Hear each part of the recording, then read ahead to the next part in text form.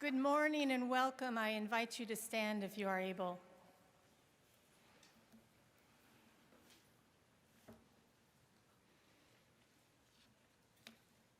With deep gratitude to the Quinnipiac people for this land on which we stand, my beloved Yale family, I invite you to join me in the spirit of prayer.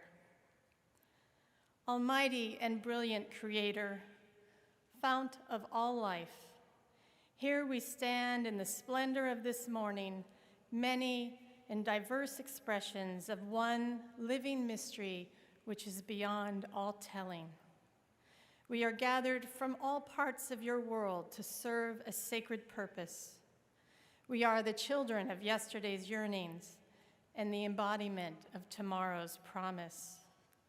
On this day, the continuing creation of our lives awaits us with ever-increasing horizons of meaning and responsibility. It is our unknown next. Loving God, here in this place of such privilege and learning, bless our hearts, our minds, and our hands as we begin. May we be tireless seekers of your truth and ever gentle carriers of your light. Let curiosity fuel us and compassion guide us as this new creation unfolds. Awaken us to your genius in the midst of ancient conversations, contemporary texts, fossils, and formulas. Instill in us a lifelong thirst to know more and in turn to share more. Finally, may our loved ones take pleasure in the changes they will see in us, and may they be patient with the twists and turns that will no doubt be between wish and fulfillment in this unknown next. For all that is spoken aloud in this poignant life moment, and for that which rests silently in our hearts, as your loving people we say, Amen. Please be seated.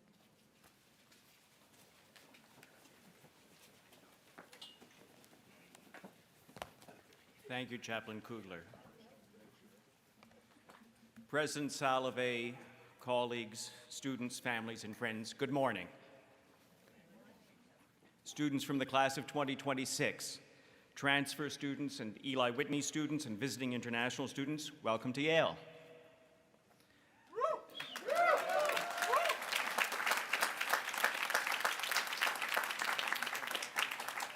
And family members and friends, in my role as Dean of Yale College, I extend my warm welcome to you as well, along with gratitude for everything you've done in supporting and guiding these young adults. The opening assembly is one of my favorite formal events of the academic year because it introduces us to each other, just as you, our new students, have begun introducing yourselves to your classmates. And I also think of it less formally as the beginning of a conversation with your peers and instructors that will go on for many years to come. You will find great fellowship here, and also you will find the great pleasure of learning. At the beginning of his Analects, the Chinese philosopher Confucius provides words that are as relevant today as they were 2,500 years ago. Here he is, as though addressing you now. Is it not a pleasure to learn, and, when it is timely, to practice what you have learned? Is it not a joy to have friends come from afar? And I'm delighted to welcome you, our new students, who come from near or far to experience the pleasure of learning together. Yale professor An-Ping Chin emphasizes that the purpose of learning for Confucius consisted in the opportunity to develop our moral and aesthetic sensibilities, to fulfill our humanity, and to do so with humility. In a parallel with Socrates, who lived about a century later, we know most of what Confucius taught through conversations that he had and accounts of his disciples. In fact, his book, The Analects, is known in Chinese as Lun Yu, which means conversations or dialogues. And like these ancient thinkers, the community that you are now joining is one that learns through dialogue. Thoughtful conversation can allow each of us to develop our own sensibilities and to fulfill our humanity. The Yale College community has a long history shaped by the many generations of students who have come before you, and this week, more than 1,500 of you have come to New Haven from all over the world. No single racial or ethnic group makes up a majority in this very diverse student body. Almost a fifth of you will be in the first generation in your families to graduate from a four-year college. Approximately a fifth of you have received Pell Grants for lower-income students. 128 applied through the Questbridge program. 47 were admitted through the Transfer and Eli Whitney Students Program. 13 of you are U.S. military veterans, and 21 of you began your college education at a community college. Hear, hear.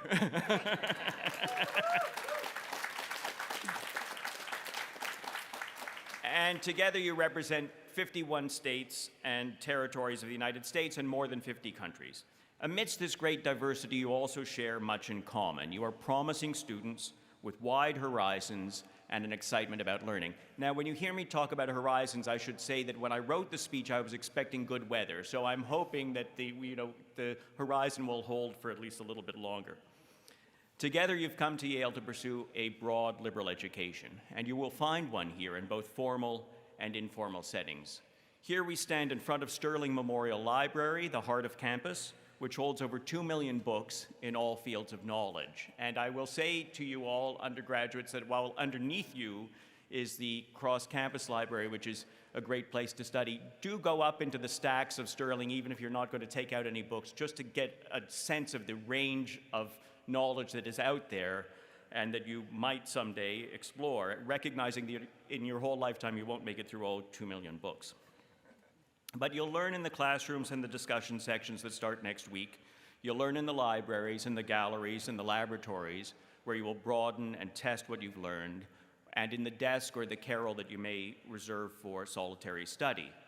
And you'll experience the less formal part of your education when you talk with people around you in the student groups that you join, with your instructors during their office hours, or with the stranger or new friend sitting beside you at the long table in your residential college dining hall.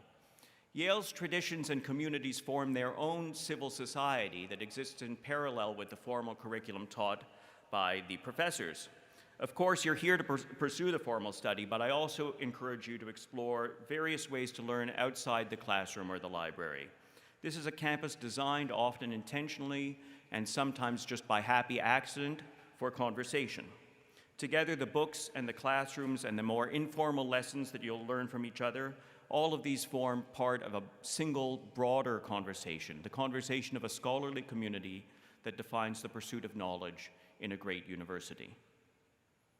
Now, you come here knowing the state of public discourse in our polarized society. You know already that at times it simply reaffirms our existing beliefs. At other times it devolves into partisanship or even violence. Universities are not immune to dogma, but they do aspire to a higher type of conversation. As you join or start your own conversations in the semesters ahead, think about how you can expand your horizons. One of the distinctive things about human experience is that each of us is born in a particular body at a particular time and place, and therefore we see the world from a given perspective. But we also have the chance to expand our worldview as we grow and learn and travel. The poet Tennyson has a beautiful image of this kind of learning in his poem Ulysses. He writes, "I am a part of all that I have met, yet all experience is an arch wherethrough gleams that untraveled world whose margin fades forever and forever when I move." There's always something to learn just over the horizon. Whether you've traveled a long way to get here, or whether you've lived all your life in New Haven, you may feel that sense of an expanding horizon as you meet new friends and explore new intellectual territory. I've spent almost half my life at Yale, so I see the world from a very particular vantage point, but I've also spent a lot of time thinking about how education allows us to transcend the limits of our horizons. In his book, Truth and Method, an important book about historical interpretation, the German philosopher Hans-Georg Gadamer wrote that the horizon is the range of vision that includes everything that can be seen from a particular vantage point. and he argued that understanding involves what he called a fusion of horizons, in which we become more thoughtful about how our own assumptions and the way we see things correspond to and relate to someone else's vantage point. For Gadamer, interpreting an ancient text or having a conversation or dialogue with another person involves opening ourselves up to reassessing our own assumptions. Now, he focuses on interpersonal and humanistic knowledge, but a similar process is at work in testing scientific hypotheses. In fact, the work of understanding and even just the work of living in this world involves a constant mental journey through time and space that develops our views and changes our horizons, a journey like the one that Ulysses made, what the Greeks call an odyssey. It involves an ongoing metaphorical conversation where we question our own assumptions and prejudices through our encounters with other people. Ideally, if we're open to growing, we can talk to people whose standpoints differ from our own, and we can learn from those conversations. A crucial, in fact, even a defining prerequisite of learning, especially at the university level, is the willingness to open ourselves to views and ideas and even ways of life that challenge our assumptions, either so that we can learn to defend our assumptions and understand them, or in some cases to change and to reassess those assumptions. This doesn't mean that you need to accept every idea that your professors or fellow students propose to you, but in the years ahead, your job will be to consider the new ideas you encounter with an open mind, to weigh new perspectives and arguments, and to arrive at your own views about matters of great importance for yourselves and for your futures. Matters such as the nature of justice, the understanding of the natural world, the meaning of art, the purposes of life. You will explore these questions not only in your classes, but also over meals in your dining halls, on the athletic fields, in your campus jobs, in your student organizations, as volunteers serving the community, or in any of the many pursuits open to you as a student. One of the greatest opportunities to learn at Yale comes from the peer effect. That's the chance to interact with talented people your own age.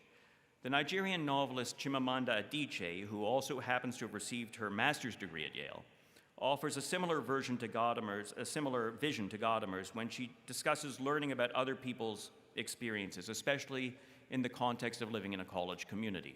So Gadamer focuses on understanding different horizons through time and history. Adichie emphasizes listening to different stories through space and geography. In her speech on the danger of a single story, she tells of arriving at the age of 19 at another fine American university, I won't mention the name of the other university, where her roommate knew nothing about Nigeria and made certain stereotypical assumptions about Adichie's homeland and way of life. So at first, Adichie was annoyed at her roommate's lack of understanding, but after spending some time in the United States and thinking about her own limited knowledge of rural parts of Nigeria that she had never visited, Adichie came to realize that her roommate's assumptions were due to her limited exposure to more accurate stories about Africa. Adichie goes on to tell both positive and negative stories of her childhood, and then she says, "All of these stories make me who I am, but to insist only on these negative stories is to flatten my experience and to overlook the many other stories that formed me. The single story creates stereotypes, and the problem with stereotypes is not that they are untrue, but that they are incomplete. They make one story become the only story." Adichie concludes that it is impossible to engage properly with a place or a person without engaging with all of the stories of that place and that person. It is all too easy to make assumptions about others that we meet, or to take offense at assumptions that others make about us, but our goal is to engage in dialogue so that we can overcome initial misunderstandings and learn from one another. As you settle into your residential colleges and begin your classes, I invite you to participate in a dialogue. Like Confucius, enjoy the pleasure of learning. Like Ulysses, seek out new worlds. Like Gadamer, strive to expand your horizon of expectations. Like Adichie, explore the complexity of other people's stories, share your own stories, and create new stories together. You may find the most interesting conversations in seminars or lab meetings, or you may find them in your extracurricular activities or late at night in the college buttery. You will find those conversations where you seek them. In order for them to succeed, I ask you to open yourselves to learning from each other. enter into conversation in a spirit of generosity, assume good intentions, value complexity and nuance over self-assurance and stereotype. These conversations are an integral part of your Yale education. The lessons they teach you will show you how to develop as human beings, and they will show you how to shape the conversations that shape our society. Thank you, and welcome to Yale.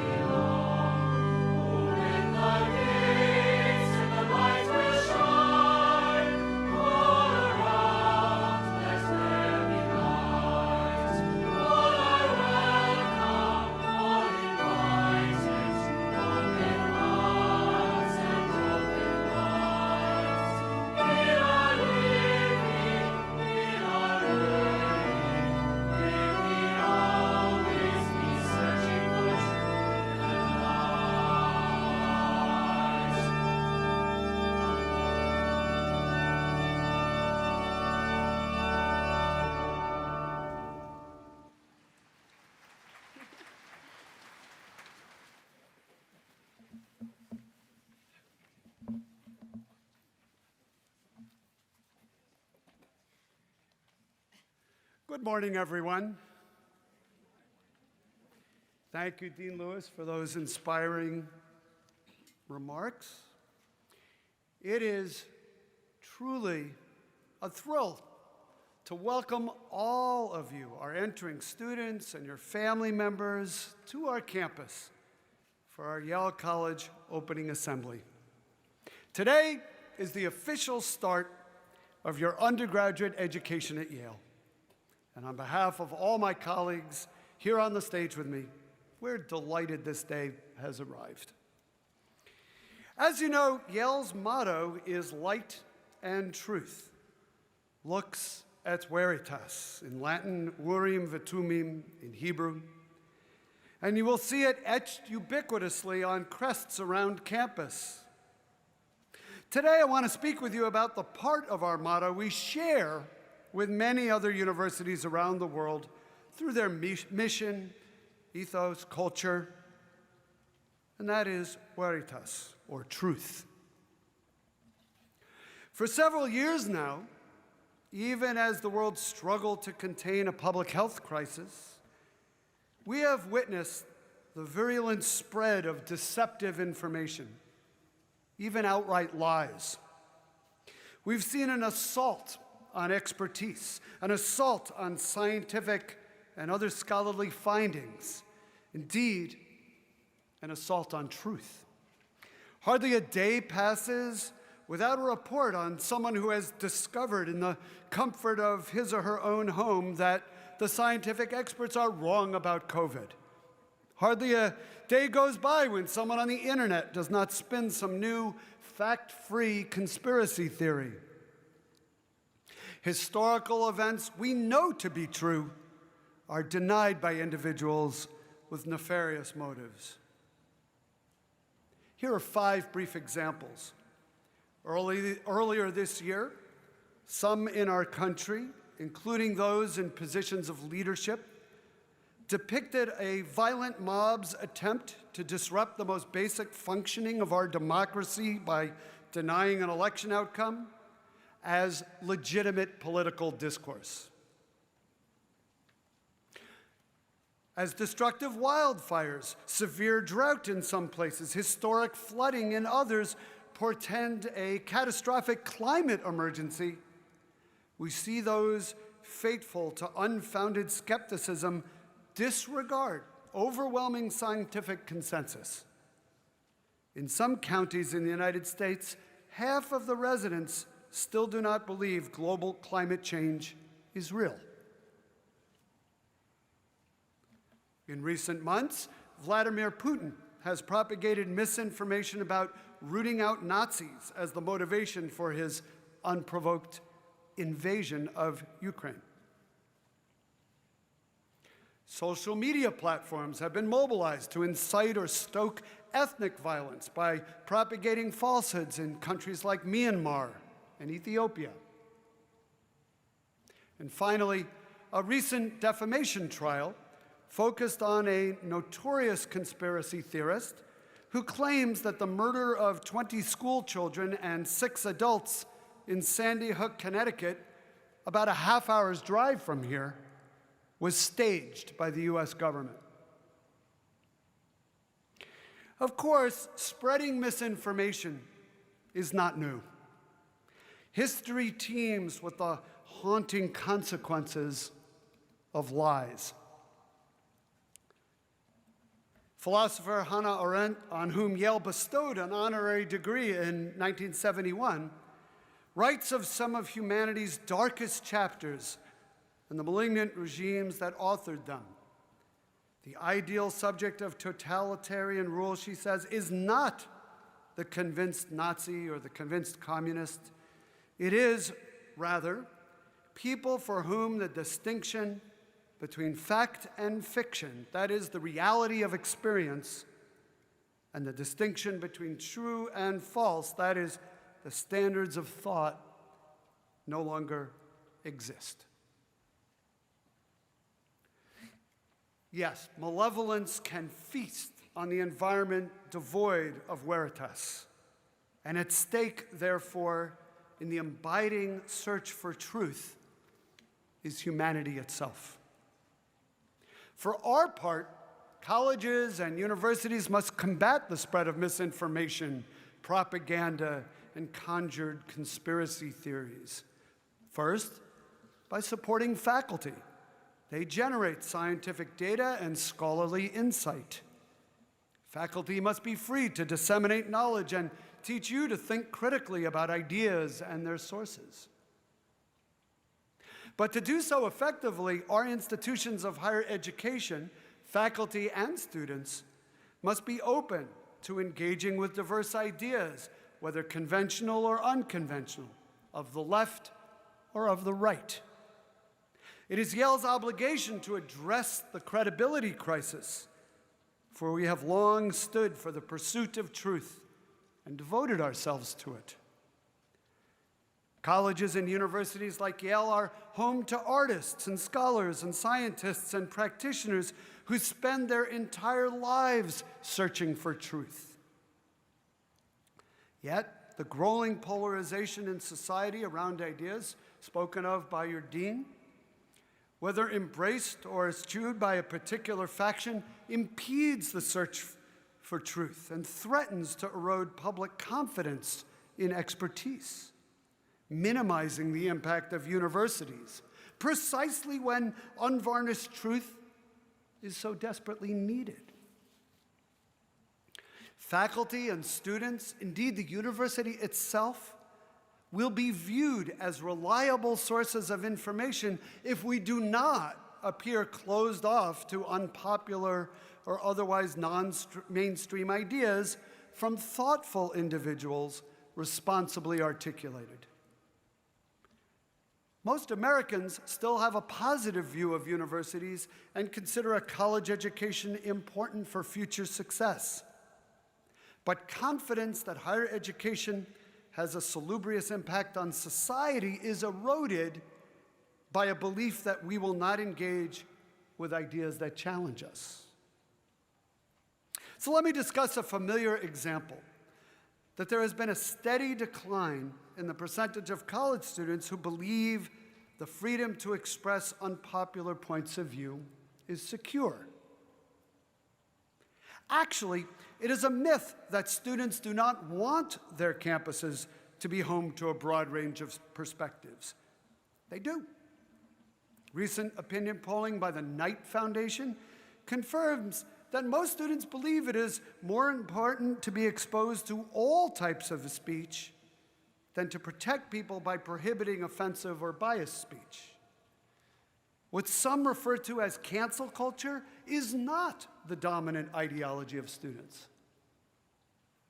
Here at Yale, which is home to the country's oldest collegiate debate society, students across the political spectrum can engage in spirited yet civil discussions.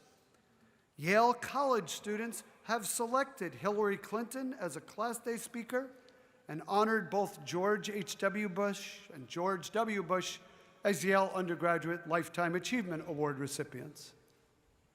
And the university has hosted interactions between individuals with ideological differences, such as a recent conversation between Emily Bazelon and Ross Douthat, and another one among 4 former secretaries of state, Democrats and Republicans. But let's be frank. It can be difficult to articulate unpopular views on college campuses. That Knight Foundation survey that I cited a moment ago suggests that only about half of all students feel comfortable offering dissenting opinions. So we need to build on an existing desire among students to engage every day in classrooms, in dining halls, in meeting spaces with different viewpoints, and to appreciate the importance of expressing their disagreement with one another. Indeed, in a university setting, we must be able to distinguish emphatically legitimate dissent from outright deceit.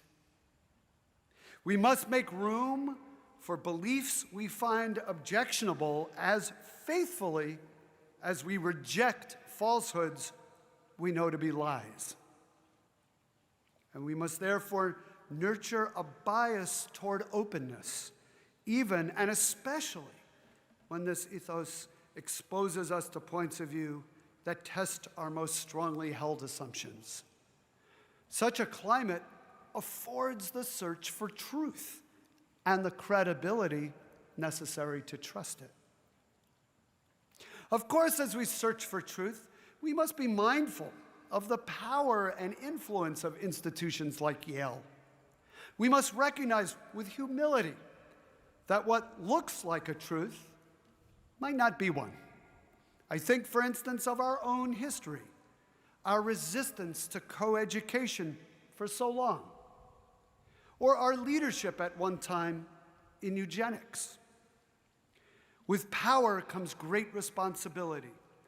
These disturbing realities are why some are reluctant even to use the word truth in describing our mission.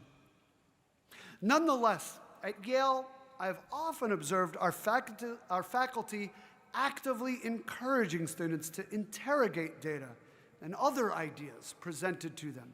And I have seen students change their minds when confronted with contrary evidence. every one of you will have that experience as part of your Yale education. I suspect you'll have it often. You can enroll in courses that bring together pairs of professors representing different disciplines who model how looking at a problem from divergent perspectives can lead to new insights. A course on film taught by a film historian and a physicist. A course on the nature of choice taught by a philosopher and an economist. A course on transgender health taught by faculty members from American Studies and the School of Nursing. Similarly, in a recent semester, 3 experts from across the political spectrum co-taught a course on the crisis of liberalism, covering the Obama and Trump presidencies. We will continue to create opportunities like these for you to have open conversations about contentious, complex issues.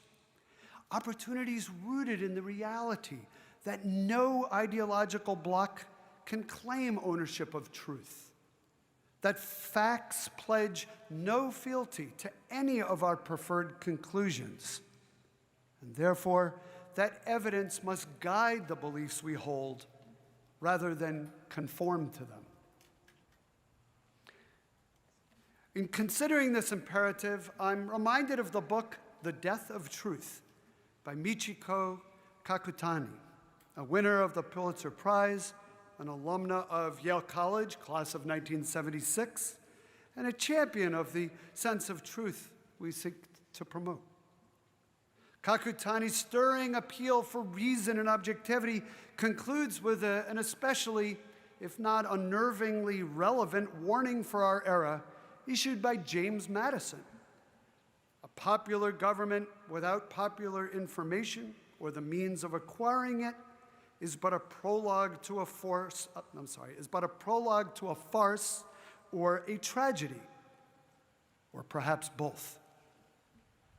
Indeed, without commonly agreed upon facts, Kakutani posits, not Republican facts and not Democratic facts, not the alternative facts of today's silo world, there can be no rational debate over policies, no substantive means of evaluating candidates for political office, and no way to hold elected officials accountable to the people. Without truth, democracy is hobbled. The founders recognized this, and those seeking democracy's survival must recognize it today. That was all a quote from Kakutani. I think, too, of James Hatch, an extraordinary Yale undergraduate who spent over 2 decades with the Naval Special Warfare Command before returning to complete his college education. As he wrote, the climate at Yale is one where most students understand that there has to be a place where people can assault ideas openly and discuss them vigorously and respectfully in order to improve the state of humanity. Yale is committed to the responsibility of promoting the public's trust in academic research, expertise, and the value of higher education by ensuring that Mr. Hatch's experience is typical of every student, every day, in every classroom. Philosophy 181 reflects this responsibility. In her course, Philosophy and the Science of Human Nature, Yale's Faculty of Arts and Sciences Dean Tamar Gendler ties contemporary cognitive science, which has helped us to gain an understanding of how our minds operate, to the work of ancient philosophers. Students in her class consider anew Plato's allegory of the cave, in which people mistake shadows on the wall for reality. Dean Gendler walks her students through this allegory to challenge them to consider this question: how do you discover truth, given that the human mind is imperfect? Of course, our limitations pose no impediment to the search for truth, for they are, in fact, what can power the curiosity necessary to sustain it. By embracing our humility, we can broaden our understanding.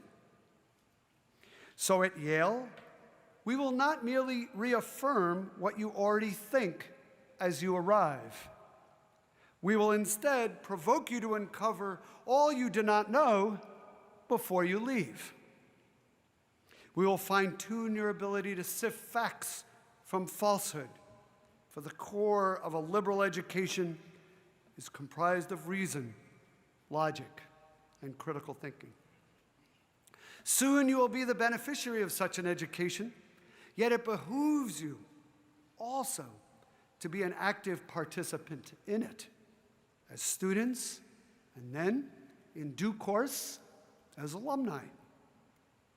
And so today, as you begin your college career, I call on all of us to promote a truth-seeking climate at Yale, in every seminar, in every residential college, and in every late-night conversation, to echo our dean by being willing to entertain ideas with which we do not agree, by being willing to extend grace and assume positive intent, by listening carefully, by thinking deeply, and by speaking with empathy and understanding.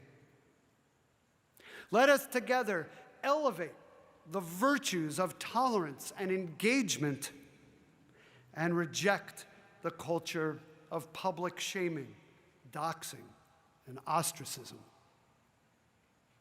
And in time-tested tradition, let us strengthen the open discourse that has, for centuries, been a hallmark of our intellectual community at Yale, and that has produced the scholarship and scientific breakthroughs that have improved the world well beyond it. By doing so, you can develop expertise and also help to rescue its standing. You can, in an increasingly dark world, bring veritas to looks, and perhaps equally as vital, in a fragmented world, bring looks to veritas, light to truth. Welcome to Yale.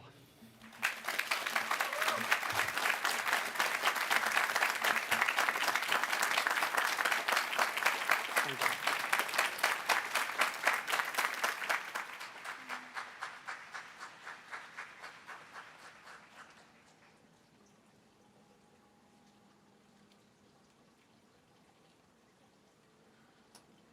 Time passes quickly,